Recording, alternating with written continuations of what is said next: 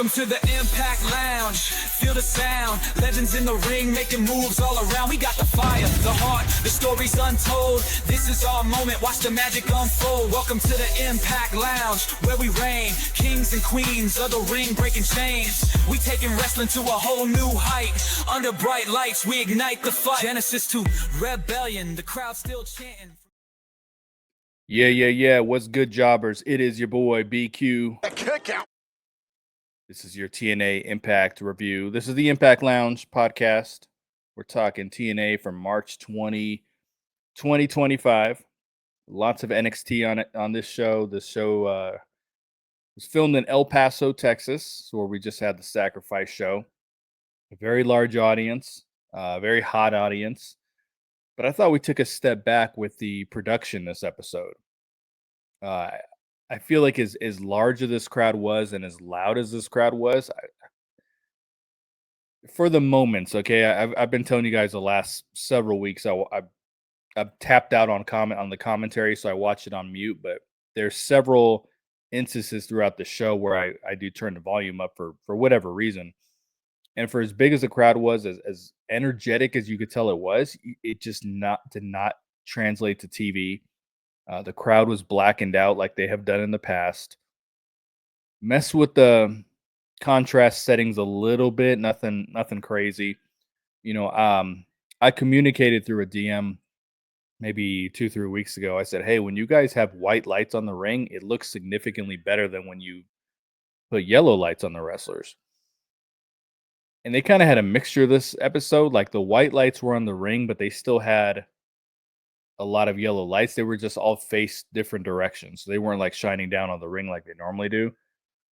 But they kind of took a step backwards from a production standpoint this episode. I think it was not as I saw some people complaining about it more on social media than I typically would.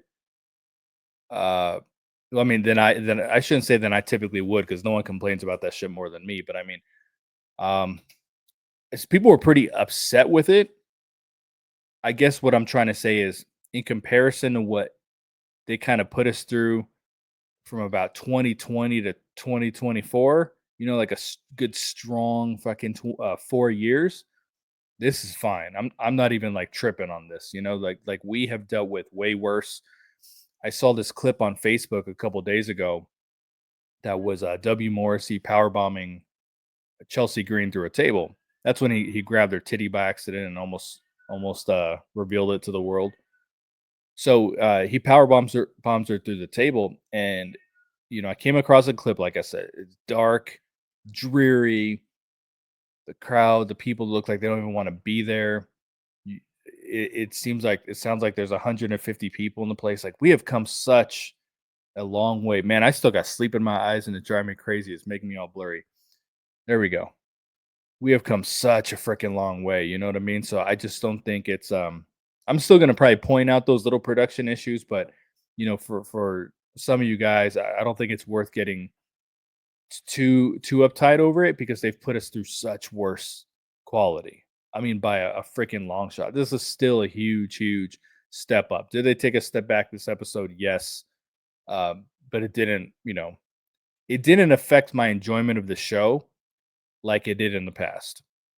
I mean, I was miserable watching this fucking show for several years, and I don't feel that anymore. So let's get into this one time for your mind. This episode of TNA Impact. TNA Impact.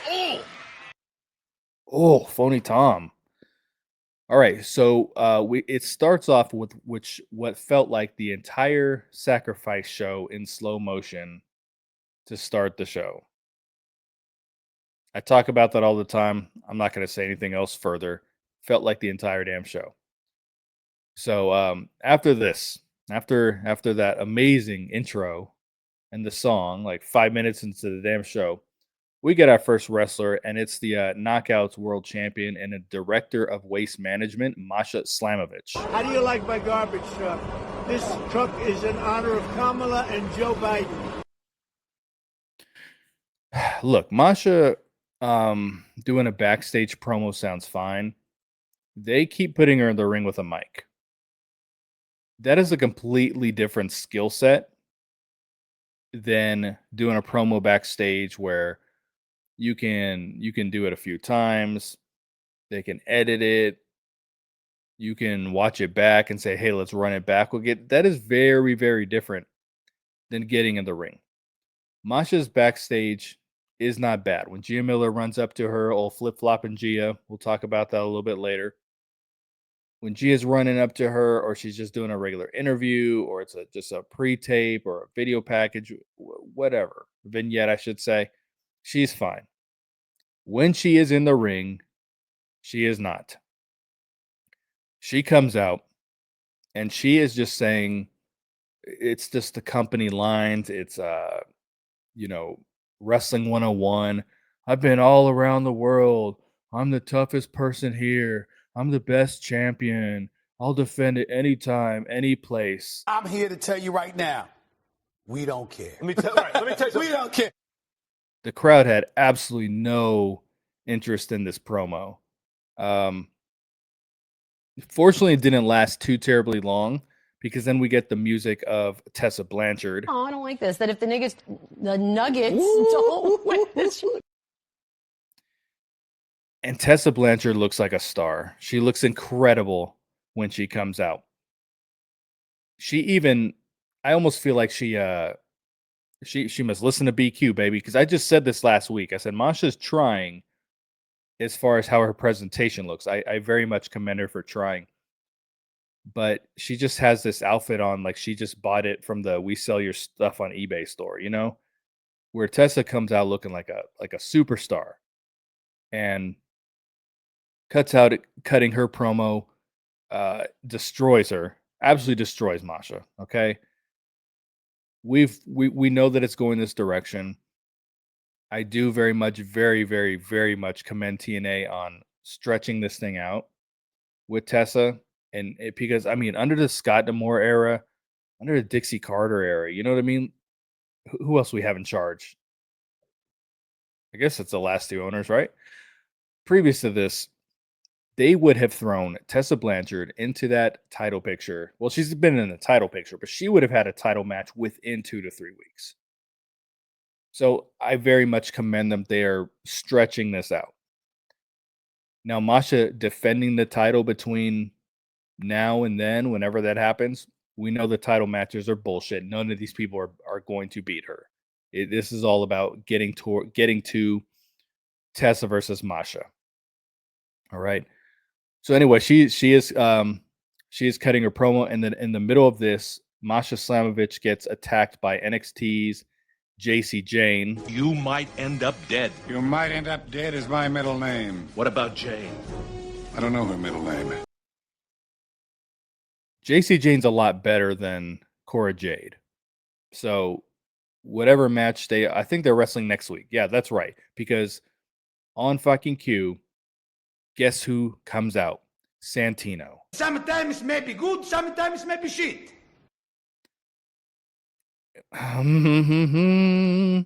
So while JC Jane is whooping Masha's ass, and Masha is gasping for air, Santino comes out, takes a full 20 seconds to get himself over, while Masha is on the floor struggling to breathe, which was fake because all she did was receive a couple punches and kicks. She should not be choking.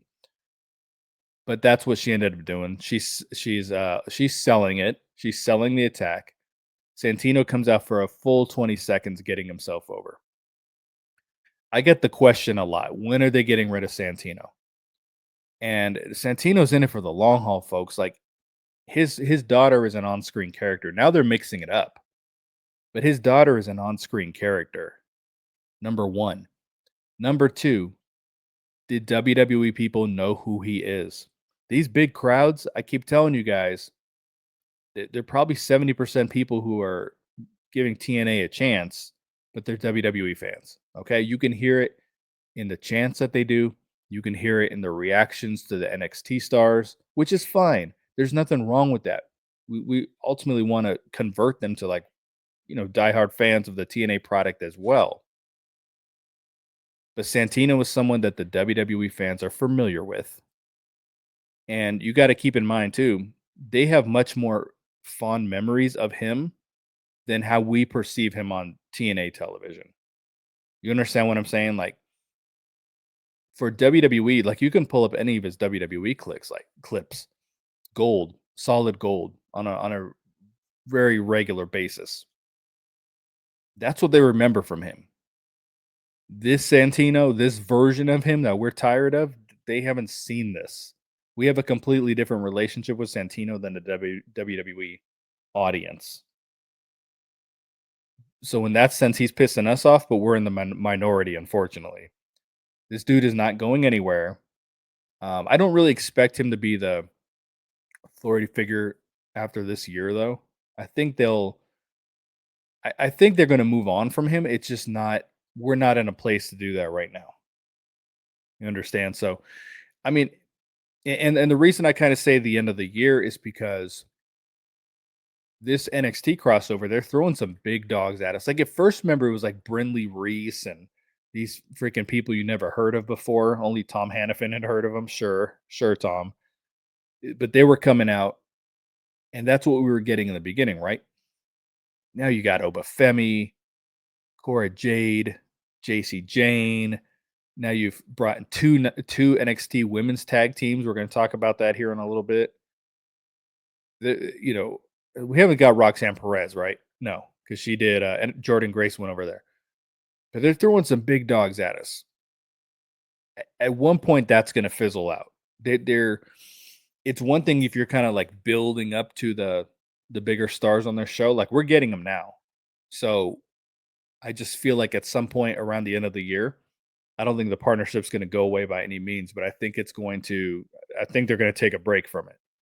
You know what I mean? They might go up to Bound for Glory and then for the rest of the year kind of get away from it. And then maybe the following year, Santino's done, Talking about Santino entirely too long. So yeah, gets himself over and then makes a match for next week. Masha Slamovich versus JC Jane. He bans Tessa Blanchard from ringside.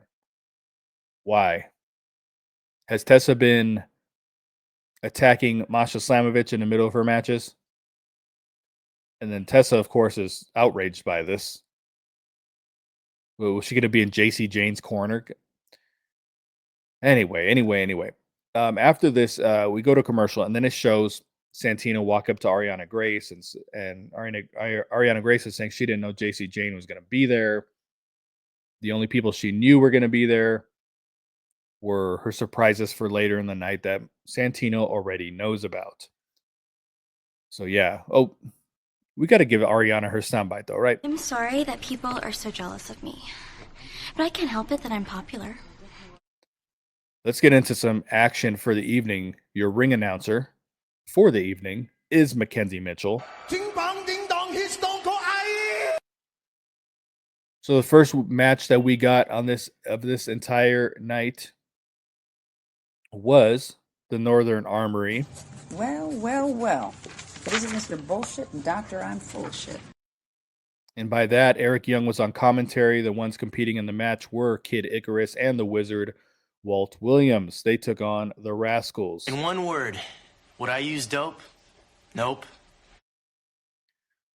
Yeah, man, for all you guys who like the flippy doodah, this was for you. This is no different than what I said about the 6-man tag team match at Sacrifice. Everything was just choreographed, the entire match. There was just no building, no crescendo, no building up to anything, not a whole crap load of selling. It was just flippity doodah. A lot of you guys like that stuff, so that's perfectly fine. Kid Icarus and the Wizard Walt Williams came out with these masks looking like Casey Jones from the 1990 live action Teenage Mutant Ninja Turtles movie. But they're trying. They're definitely trying with these guys. It was fine. The Rascals won. This isn't my style of match. And of course, there's a beatdown post match. Why wouldn't there be? And then Ace Austin comes down with a chair. And I'm sitting here. I mean, so many of these matches have post match angles and beatdowns.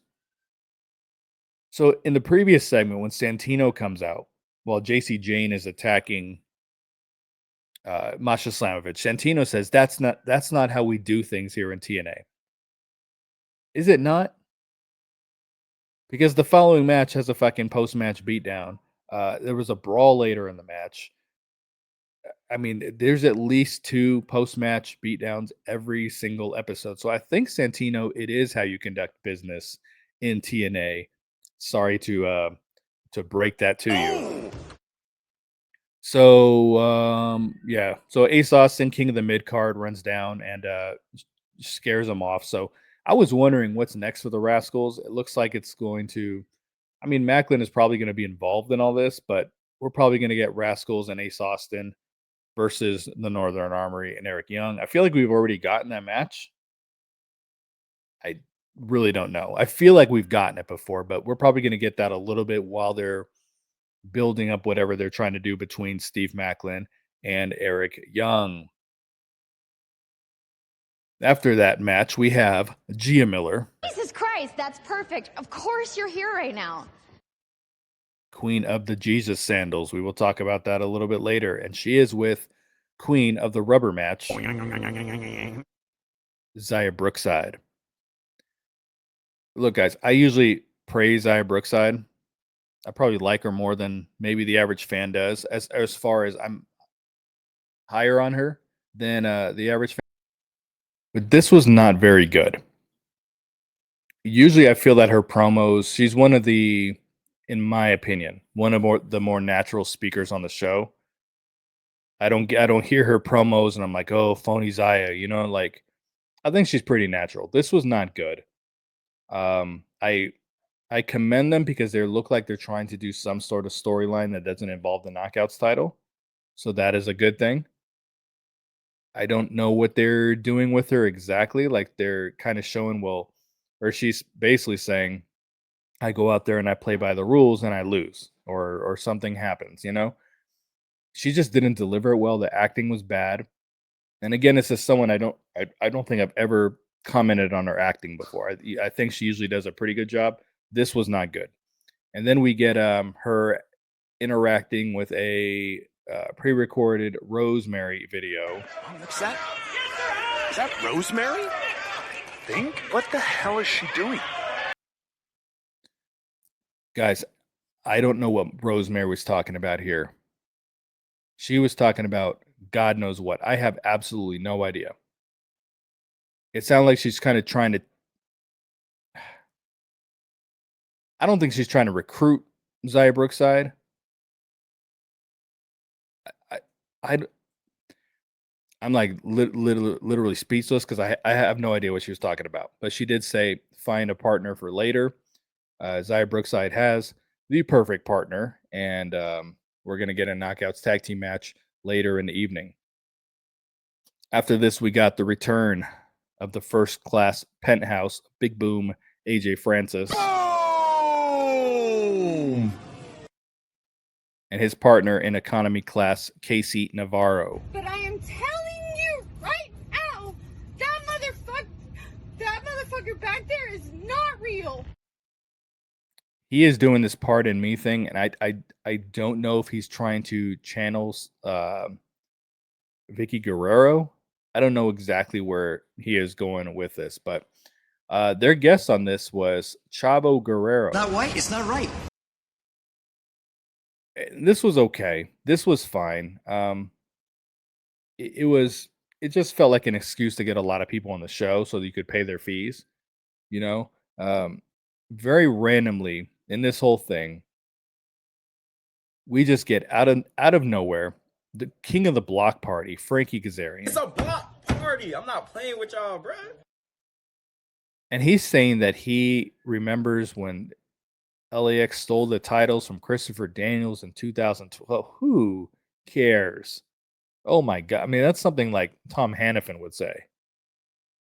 This was like, what, 17 years ago, 18 years ago? Who the fuck cares? They have a really interesting way of just factoring Frankie Kazarian into the show. I was saying last week, and I don't think I got my point across properly. I think I got a little distracted. he has not feuded with anybody since winning that freaking trophy. Like kind of sort of Leon Slater, but he hasn't feuded with a single person. He's just walked around carrying the trophy, and they somehow find things for him to do. They just much like I say with Joe Hendry, they're just like kind of like inserting him into matches, but they're actually doing a kind of a good job of it at the same time. You know, I was saying last week they're kind of sneaky good booking Frankie Kazarian, but they just have a knack for finding something for him to do. Like it's different with Joe Hendry because I feel like they're just, you know, the term I always use, they're just shoehorning him into stuff to where they're doing that with Frankie, but it almost makes sense at the same time. You know what I'm saying? So yeah, he comes out. And then with absolutely no fanfare, no music, no nothing, we get the Lucha Dragons consisting of the number one contender for the Digital Media Championship, Laredo Kid, and the Big Tommy Dreamer surprise, Octagon Jr. Oh, you speak English? No, just that first speech and this one explaining it. You're kidding, right? Okay. They're doing a tag team match next week, a 6-man tag team match. It is going to be Economy Class and Frankie Kazarian. Really wish Rich Swann could be in there, but obviously that's not going to be a thing. But it is Economy Class and Frankie Kazarian versus Chavo Guerrero and the Lucha Dragons. And I saw the graphic that it's a 6-man match, but I didn't feel like Chavo accurately communicated that to the audience that it was a 6-man tag. He made it sound like it was a handicap match of the freaking Lucha Dragons and the First Class and Frankie Kazarian. I know he said something the Aztec Warrior and the Mexican Warrior, so I know he threw his like little moniker in there, but I just don't think it came off on screen like it was a 6-man tag team match. Next on the menu, we had Mustafa Ali. If you vote for me, all of your wildest dreams will come true. Going one-on-one with Mike Santana. That's nasty. This started on the floor. This is obviously a grudge match. Mike Santana had control for the majority of it. Ali got a few shots in. You know, he got a Hurricanrana and he got a little bit of offense in, but he gets up and leaves the match, and he gets himself disqualified. I didn't hear what he said when he went to the commentary team. I just saw Tom Hannifan fake intimidated while Ali was in his face, and then he bounced. He left. So I did turn up the volume, and Hannifan was very quick to point out that now they're 1-1-1. They wanted Santana to get his win without pinning Ali, which is fine. You know, cowardice thing to do. Ali basically beat him once, doesn't feel the need to wrestle and beat him again. You know, we know that this is one of those feuds that's going to kind of continue. They're going to have multiple matches. This was never a one-off. I still predict that it's going to be the main event at I guess what's coming up, Rebellion, whatever the fuck show is coming up.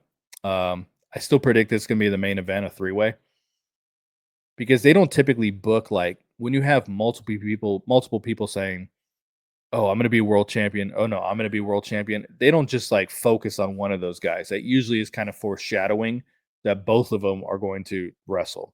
Now, me as a wrestling fan, a lot of you as a wrestling fan, we would like to say, hey, how about Ali win this feud? Joe Hendry takes on Ali. And then through long-term storytelling, we find a way for Mike Santana to get the comeuppance on Ali and then wrestle for the world title. Like that would be good storytelling for us as fans. But they do blow their load very, very quickly. I should have hit you with the Tom Hannifan, "Oh," when I said that, but they do blow their load very quickly. So I feel pretty confident they're going to a 3-way here at the next pay-per-view. We'll see if that's what they do. But yeah, gets himself disqualified on purpose. So Queen of the Jesus Sandals, Gia Miller, the next segment, I'm going to show you guys a picture here. She is running backstage after Ali, who's trying to leave the building, and she is demanding answers. That look on her face. She wants answers. She also has on sandals with socks. I was using common sense, and it was confirmed to me that she clearly did not know her feet were going to show on camera. So the cameraman, I guess Gia Miller, when she does a lot of her backstage interviews, that is how she looks, which is perfectly fine. I pointed it out maybe a month ago. She was interviewing Wes Lee, and she looks significantly bigger than him. I don't know if she was in her Jesus sandals. I don't know if she was in heels, but I just know, as the backstage interviewer, especially as a female, you should not look bigger than the wrestlers. So that's probably a lot of the reason. Probably the reason is for comfort. I'm not against socks with sandals. I'm not a big fan of it on my TV screen. It looks a little indie, but she did get caught with the socks and sandals on while she is chasing Mustafa Ali, demanding answers. So she does not demand answers when JC Jane attacks Masha slamovich, or when the system jumps people every week, or when Cora Jade was jumping Masha. I mean, you can Northern Armory, you can just list them all day. Doesn't need answers from those people. We just need answers from Mustafa Ali, who got himself disqualified or counted out of his match. So yeah, that was I thought that was kind of funny with Gia Miller. Not gonna lie to you guys. Next on the menu, we have Ryan Nemeth. Well, let me tell you something, brother. And he starts off with my big brother, who is Nick Nemeth, who comes down to the ring. I've been talking to people walking here. We've been talking about next year, and I'm sitting there saying, I'm not going to be here. And this was billed as a we'll hear from the Nemeth brothers regarding their attack on the Hardys. And it's always very, very convenient. They find a way to write the Hardys off television every single set of taping so that they only have to show up for one day. And this was good. This was Nick Nemeth is actually better served in a heel role. I think it's just been so long since he's been a flat out heel, but man, he had in his world title run, Dolph Ziggler with Big E and AJ, Big Boom AJ, what was her name? AJ Lee. Man, those were some good times. He was a great heel. I don't know if he's going to be able to channel that, but I thought he came out, did a heel promo that was very good. It wasn't fake or phony, So I'm looking forward to the Nemeth brothers versus the Hardys. I'm hoping that, keep that comedic element to Ryan a little bit. I say comedic. A lot of people don't find him funny. Keep that element to him a little bit, but I hope they also, much like I say with Joe Hendry, I hope they make him a little more serious in his feuds, because I do think they will beat the Hardys. So they're doing the promo. Out comes Leon Slater. Hey, here. I'm in charge. Do you feel in charge? And Leon Slater, I've been saying this before. He can talk. His mic skills are very, very good. I think we're going to really look fondly at this kid in a few years. I don't know if it's going to be in TNA. I don't know if it's going to be somewhere else. Hopefully it's in TNA, but we're going to look at him fondly in a few years and really look back at these and say, man, he's really come a long way, but he's got a great foundation as well. Like he has a lot going for him. And the fact that he can already talk is a huge, huge plus. But that mouth that talks just caught a super kick in the ring when he tried to attack the Nemeth brothers. But very good segment. And, again, they're just the Hardys show up for one day of tapings. And this, pretty much writing Matt Hardy off from the cage. And then Jeff Hardy competing in a ladder match. You know what I'm saying? Like the grueling ladder match has to take time off. I was thinking a lot of the reason that this was also a ladder match is because they don't want, I was saying no one's going to pin Jeff Hardy, but they certainly don't want Moose to pin Jeff Hardy. And then if Moose ultimately loses to Leon Slater, it means that Leon Slater could probably beat Jeff Hardy. So, I can see many reasons why they went ahead and did a ladder match. After this, we got Knockouts tag team action. Savannah Evans. That's a huge bitch. who is teaming up with the aforementioned Rosemary. Their opponents, From Chingchong, China. Lei Ying Lee and Queen of the Rubber Match, Xia Brookside. Next time Lei Ying Lee wrestles, listen how slow Mackenzie Mitchell announces her. You can tell she is actively trying to make sure that she does not mess up that ring introduction again. From Chingchong, China. But just listen. I've noticed the last two times. Listen how slow and calculated she throws that out there. So, Rosemary's only like an inch shorter than Savannah Evans, which is really interesting because Savannah Evans is supposed to be this like giant, like powerhouse, freaking bodyguard, whatever. That's what the role they've used her in. But next to Rosemary, they're almost the same height. So that's crazy. The match was okay, but I just didn't understand it because Rosemary misted both of these girls. They should be very mad. It looks like they're trying to start some kind of storyline where Xia Brookside plays by the rules, but she doesn't win when she does that. But then they won the match. Like feud over, right? I'm a little lost. If Xia Brookside and Lei Ying Lee would have both lost, that would have made a little more sense to me. I mean, Savannah Evans takes L's on a regular basis. My God. My God. But Rosemary accidentally missed her. And I never understand this spot. Savannah Evans is holding her. She's probably going to get misted, even if I don't know who got out of the way, if it was Xia Brookside or Lei Ying Lee. Even if they didn't get out of the way, she probably still would have got misted. It's like in the 80s, they used to do this spot where a wrestler would get behind the other and like hold them for the opponent to come clothesline them. And then they would move and they would clothesline their partner. But I'm like, well, what if the wrestler didn't move? Like you're still hitting your opponent. So anyway, I just didn't really understand. I don't understand where they're going with this. I don't have a clue, which I guess is fine. We don't want everything to be predictable, but I just feel like for this story to make any sense, Rosemary and Savannah Evans should have won. It just seemed like the baby faces won way too quick here. I don't know. Lei Ying Lee hit one of the sloppiest moves. I don't know what she was trying to do. She picked up Xia Brookside. I've seen this. I think I have an idea what she was trying to do because I feel like Tatum Paxley does a similar move in NXT.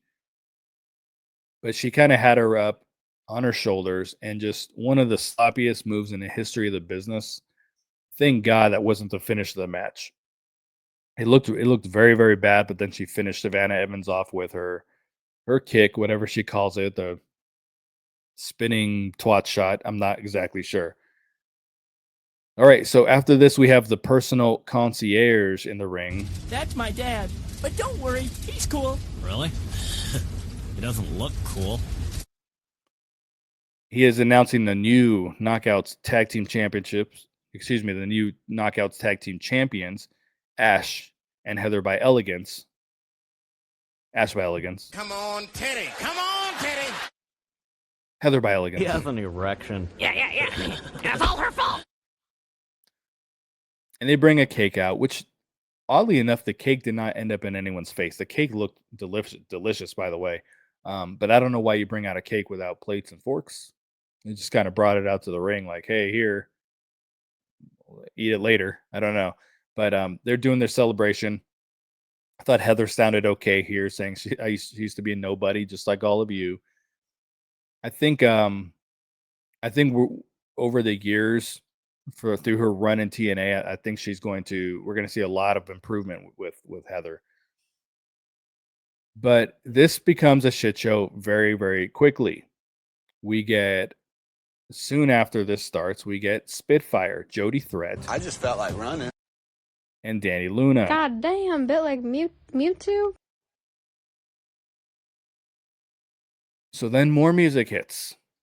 And it is Lash Legend. Help me, Oprah Winfrey! And Jakara Jackson. Dracarys. Jacksonville, the community. Duval. And they come out, they're pretty good. They're pretty good on the mic. And it doesn't stop there. We have more from NXT coming out. Gigi Dolan. Your ass. Is it natural or did you have to work on it?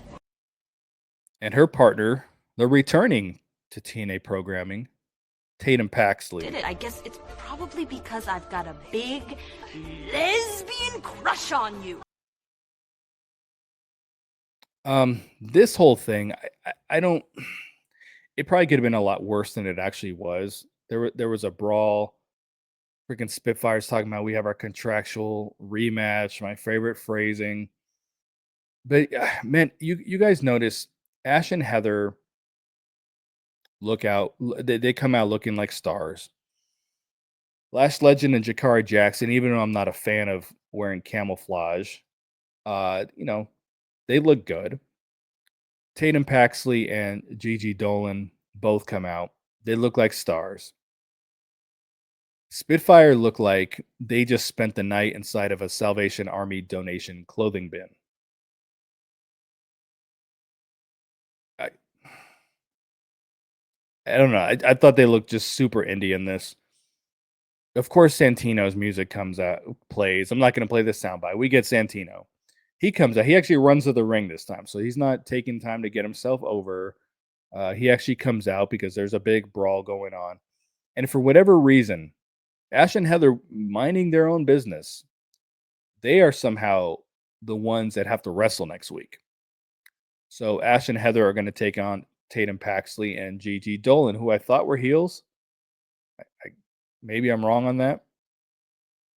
I don't know what the point of this was. I don't know what the point of booking that was. Like, Spitfire should be the ones wrestling. We know where this is going.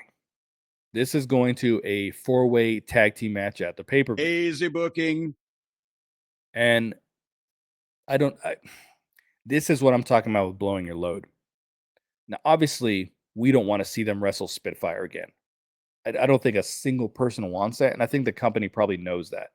So what they're going to do is, hey, this is your contractual rematch, but it's in a multi-person match, which is not fair because they have made Spitfire defend their title twice when they didn't need to because they already beat Ash and Heather, but somehow had to defend the titles 2 more times against them. And then their contractual rematch is likely going to be a 4-team match. Again, I get it, okay? You don't want to give us the same 4 chicks wrestling again. But you probably could have got away with 3 teams. Lash Legend, by the way, she has to be like 6 foot tall. And we know Heather is like 4'11". Ash cannot be taller than 5'2". They looked ridiculous in comparison to her. I would have rather those two wrestled Spitfire than I would have rather those two came out when Spitfire were the champions because they're at least bigger in stature. But anyway, I would have just, if you're going to do this, I think it would have been better to have 3 teams because you're adding the 4th team. Someone's going to lose, right? Between Gigi Dolan and Tatum Paxley and then Jakari Jackson and Oprah Winfrey. Like, we know that they're going to lose, right? One of those 2 teams is going to lose. So why not just hold them off to the next freaking show? I just think they're giving us too much too quickly right now. They were doing a very good job of building slowly, giving the Brindley Reeses and all that shit. Those, you were doing a good job giving us those. And now you're just throwing everything at us. So I think it's too much too quickly personally. But what do I know? Absolutely nothing. So yeah, Santino comes out, as I said, he bans Spit Shine. And this was bad. So he bans him from ringside. He bans Jakari Jackson and Lash Legend as well. But then Ariana Grace comes right back out and she announces that Lash and Jakari Jackson are banned from ringside. So I don't know if Santino wasn't supposed to do it, but she basically came out and did the same exact thing that Santino just did. And there was no pop because Santino already banned them. Absolutely no pop. I actually felt very bad for Ariana Grace in this instance when she came out.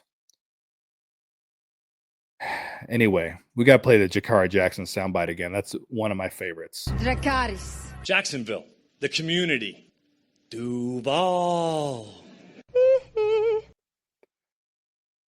After this, we got the digital media champion, Steph DeLander. Everybody's been real nice. Well, that's because you have big jugs.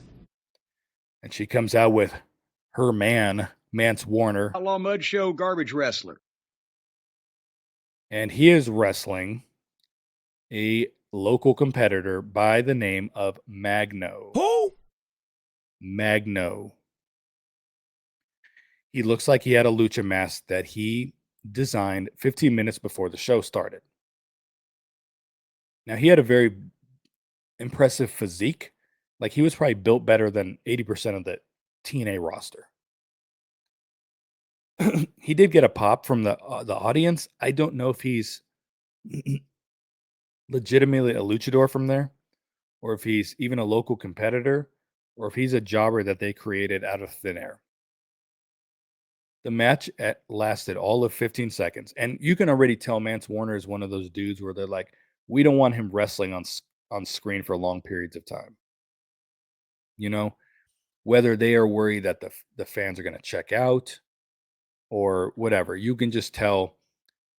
Even the garbage match most of it was out of the ring. Like, I just get that vibe. They're like, we're not confident putting him in the ring for more than a few seconds wrestling at this time. Yeah, and big shocker, he has a finisher, a shit finisher. It is a running knee. So he has knee pads, okay? I don't know if he did this by accident, but he actually pulled the knee pad up and then was like, oh wait, it's supposed to be down. And then he pulls it right back down and hits the running knee. I feel like we've seen like 90 running knees of running kicks on this show. I mentioned like Tatum Paxley earlier, just randomly, okay? Her finisher in NXT is badass. Like, it's better than any finisher on the freaking TNA roster. I don't know what it is. And you sign with TNA and like do clotheslines, do kicks, do knees. All these moves are so boring. Like, there's just nothing that is like, yo, you know, we want to build a crescendo up to seeing this like incredible finisher. Like, we just don't get it. Like, there's jobbers in AEW like Evil Uno that have better finishers than what we see on TNA television. Maybe you guys don't agree with me. Like, I've brought this up quite a bit over the last couple of years. You guys, it may not bother you. I just, even as a kid, I grew up loving awesome finishers. Now, granted, in the 80s, 90s, they weren't that great, but for what they were in relation to what I saw on TV at that age, there were some cool ones, you know? I mean, and a lot of the great tag team finishers and stuff from that era, like, I just like a good finisher. And it just seems like everything is so uncreative in this company. I promise you, this year they're gonna have someone whose finisher is like the drop kick, like it's coming, the knee drop or something like that. Then we got a video package with Steve Macklin. I do the ass kicking around here. Wait your turn, jarhead. Ah! And this was fine. This was good. I'm interested to see how this continues between him and Eric Young. Then are we to the main event already? We are. So you know what time it is. Oh, what a kick out! We got representing the system, Brian Myers. What is she gonna think when she comes in here? Oh look, he's got a billion toys. The king of the white people. Caucasian? Caucasian? Yeah, you know, a white guy. With a mustache, about 6'3". An awfully big mustache. Eddie Edwards. It's a long soundbite. I got a condensed version as well. And they're coming down to the ring with Alicia Edwards. Hey, baby. Their opponents are the future feuding team of Elijah. Nurture me, brother. We both. This is the worst song I've ever heard. And the TNA World Champion Brother Love handles Joe Hendry. Believe that. I didn't pay a lot of attention to this. I'm not going to lie. I didn't care.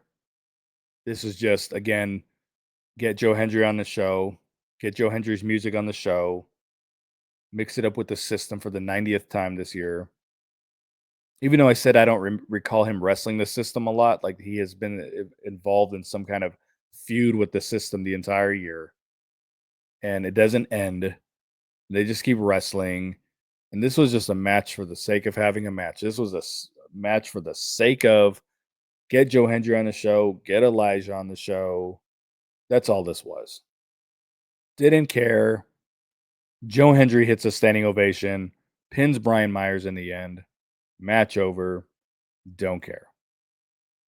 That is going to do it for me, folks. This week, we will talk a little more TNA. Next week, I was a little tired this morning, so my apologies. But we will do this again one more time for your mind next week. I am out. Peace.